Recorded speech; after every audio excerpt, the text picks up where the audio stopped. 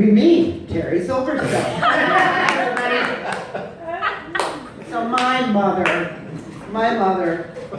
may she rest in peace, would tell the story of her little Terri coming home from kindergarten and saying, Mom, I need to get a Lucky Charm. And my mother was like, standing in the kitchen like, what do you mean you need a Lucky Charm? And I burst out crying, and I said, I need a Lucky Charm. Come to see that the next day, I had a big assignment in kindergarten. We were getting the coloring books, and I was afraid that I was going to color outside of the lines. I was freaked. Mom, come on, please, I need something to help me. And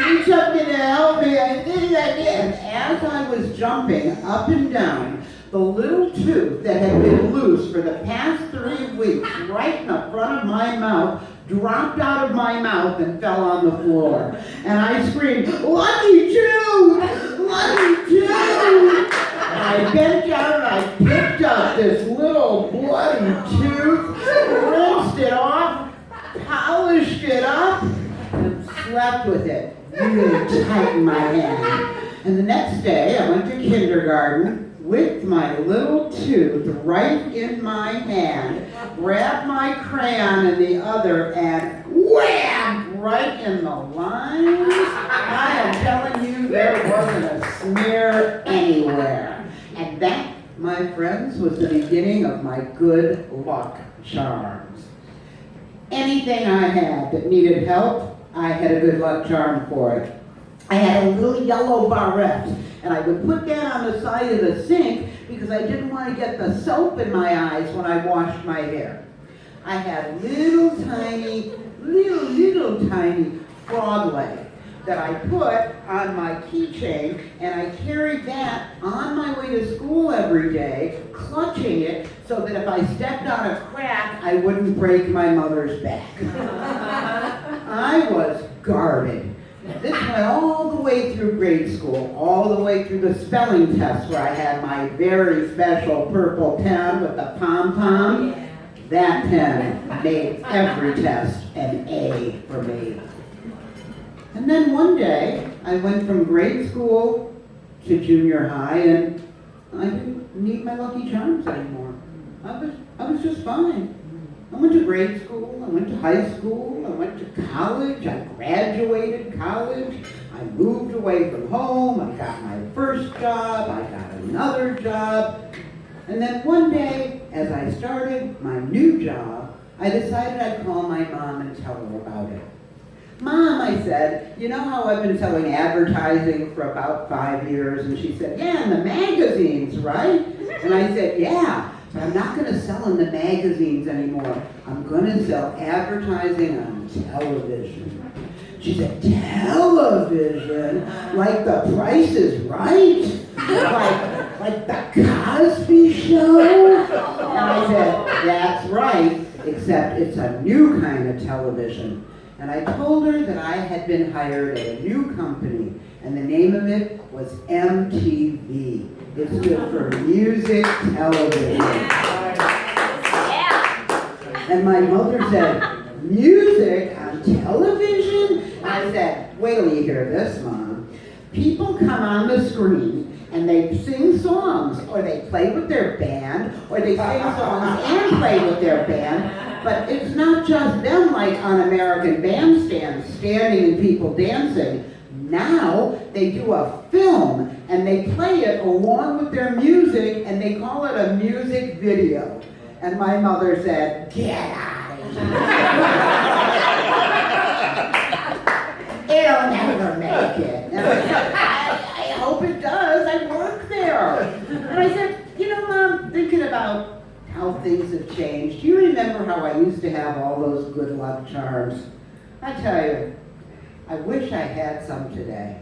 Growing up as being an adult, I told her, got kind of hard sometimes. I wish I could have had a Lucky Charm just to help me through the little bumps in life, and especially a Lucky Charm to help me with my job. I had to sell advertising to all of these manufacturers, and they felt like my mom. Get out of here! Nobody Nobody's gonna watch it on TV.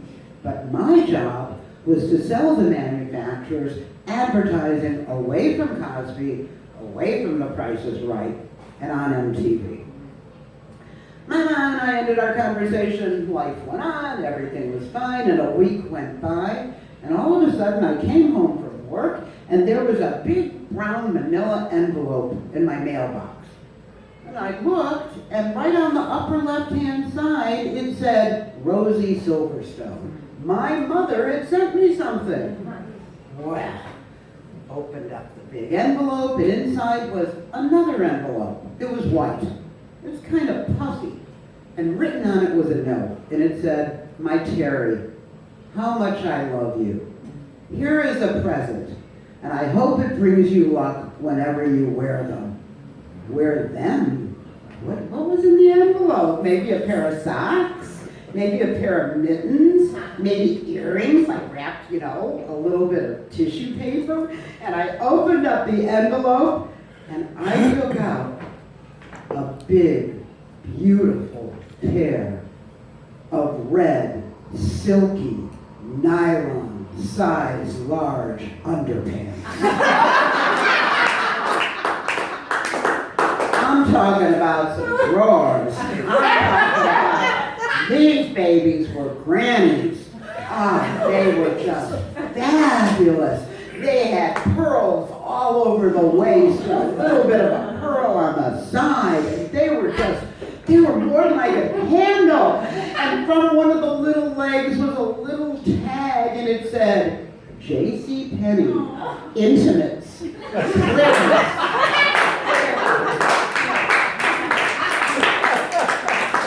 Clearance. Clearance. 50 cents. I knew it. I had them. They were my lucky drawers. They were my lucky pants, and I couldn't wait to try them out. The very next day, I had to go and see a friend of mine who lived here in Chicago. But I usually didn't drive because there was never a parking space. Well, I knew there'd be a parking space with my lucky parking space. Put those puppies on, got in my car, drove down Sheridan Road on one of those streets that all the cars are parked bumper to bumper to bumper. I didn't have to worry about there being a place on the block. There was a place right in front of her apartment. Lucky underpants! I waited a week, and I thought I'd try him again. My friend and I wanted to go to the movies, but it was a really popular show, and what if we didn't get good seats? And I said, fear not. One more time, we go to the movie theater, every single seat is taken. There was no room for us. And as we stood in the doorway about to make an exit, two people in the middle of the movie theater got up, walked down the aisle, and started to leave. And I said, excuse me, are you coming back? Are those your seats? And they said, no, you know what? We're going to go see it another time. Go ahead, take our seats. Woo! Snap elastic, snap elastic. I'm on it. I am on it. I couldn't wait to try them for work.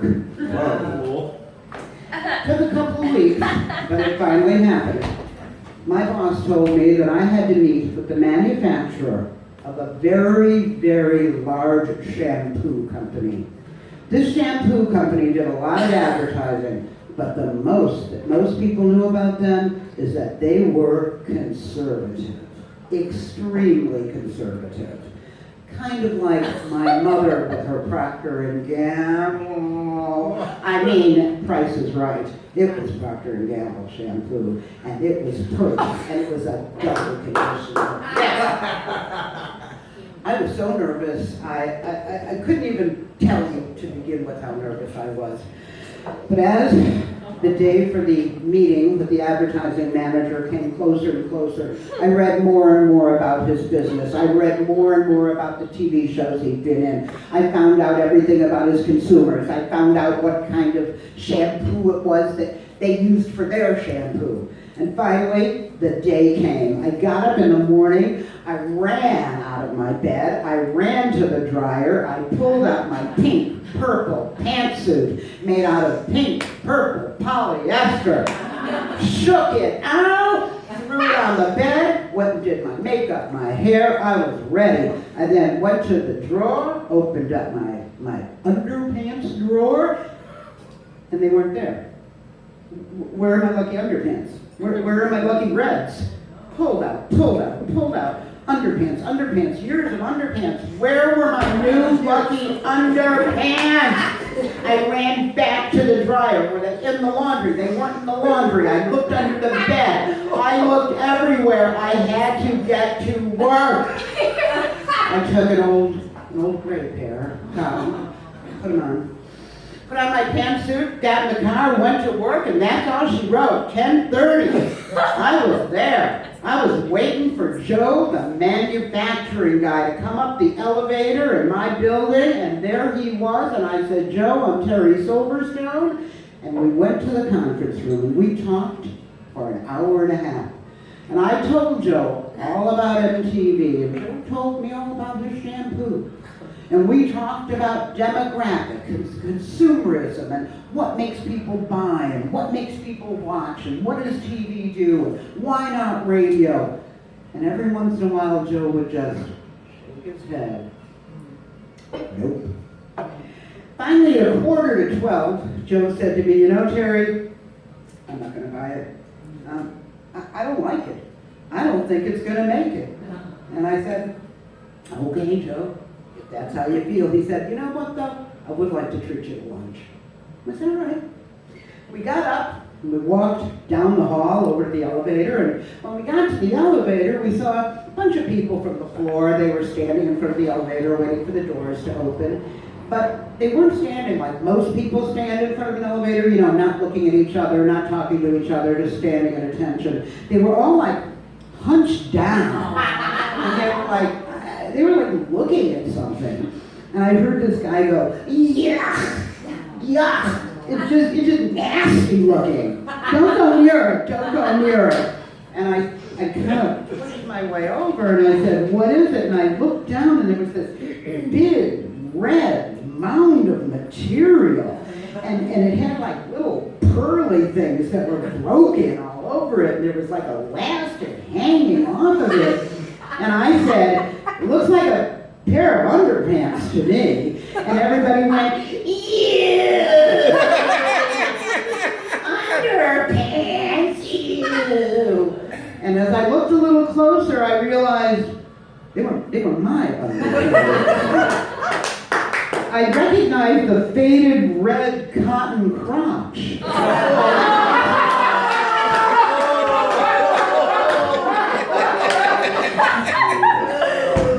I recognized the elastic that I tried to pull off to tighten them and make a knot so that they would fit me a little tighter around the waist. I recognized the back where the rump just came down. And I said to everybody, hold on. Those are probably just a rag that the cleaning people use. You know, the night before when they come and clean. Don't get all freaked out. Let's just throw them away. And I took the underpants a little bit and I kicked them behind the elevator. And I said to Joe, I'll be right back. I'm going to go to the ladies' room. And he said, okay. Picked up my drawers, ran down the hallway, ran into the bathroom, opened the stall, unzipped my pants. What happened? How did they get there? Did they hitch a ride? Did they walk? Did they fly? I mean, did I have them on and they drove off?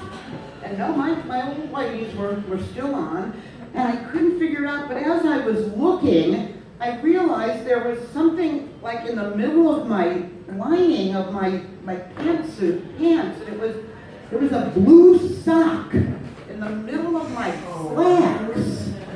I just stood there and looked at this blue sock and said, oh my God, I have been struck by the dreaded disease of all mankind, static cling. Oh no, what must in the dryer with the pantsuit, and I forgot to put in the static sheet. And so there was electricity, and when I pulled everything up, oh my, oh my, oh my. Maybe it's not too late. Maybe they can help me make the sale. Or maybe they can help me at least for him to see me again. Pulled off my slacks, took the old reds, pulled them right on over my whites, took my slacks, pulled them back up, zipped, fluffed, walked back to the elevator, and there was Joe, hitting the button. We got in the elevator, and Joe said, "You know, Terri, maybe I am too old school. You know, things change. Shampoo changes, people change. I like music. Maybe this music thing will catch on. I'm feeling lucky today. I'm gonna give you a shot, and I'm gonna buy that schedule. I'm gonna be on MTV." We got all the way down to the bottom floor, and the elevator opened, and I said, "Joe, that is great. And you know what? I'm feeling lucky today, too."